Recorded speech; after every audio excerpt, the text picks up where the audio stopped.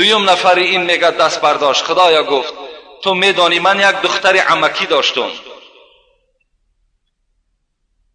بسیار به این دختر عمکیم علاقه زیچ داشتم، بسیار رفت آمده داشتم و حرکت من این بود که با این دختر عمکی خود یک جایه شم، زنا کنم.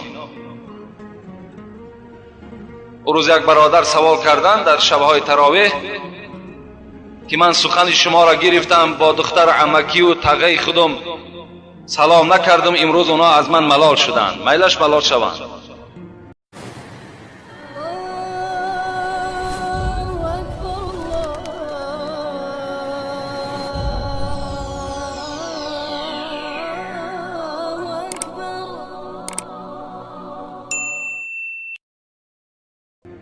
خدا از تو ملال نشود، پیغمبر از تو ملال نشود، شریعت از تو ملال نشود. این حکایه، این حدیث پیغمبر خداست. این جوان اراده زنا داشت با دختر عمکی خودش.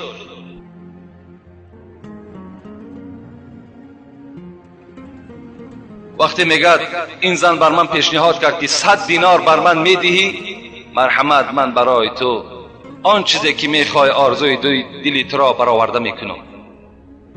با یک حال هزاری میگه 100 دینار را پیدا کردم در دستش دادم. وقتی این دختر عمکی ما میگه به پشت غلطانیدم، در بین پایهای او داخل شدم، به ناگاه این دختر عمکو میگه گشته گفت از خدا بترس، زیرا حال زناکار در قیامت خیلی شدید و خیلی سخت است.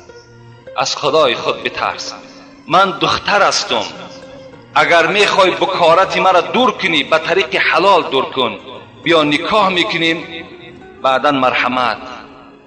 وقتی میگه این سخن من شنیدم از این دختر عمکم که از خدا بترس، خدایا من از تو ترسیدم و در حالتی که در نزدیکترین وقت این کار انجام میدادم از جای خود خیستم و آن شلواری خدا پوشیدم و به خاطر تو از ترس تو از بالای این دختر عمکی خود بیراه شدم.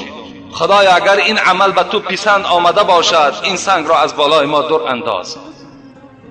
خداوند که میدانست که این عمل صالح بنده صالح بود، از برای خدا بود، کمی میگه با سنگ بیراه شد.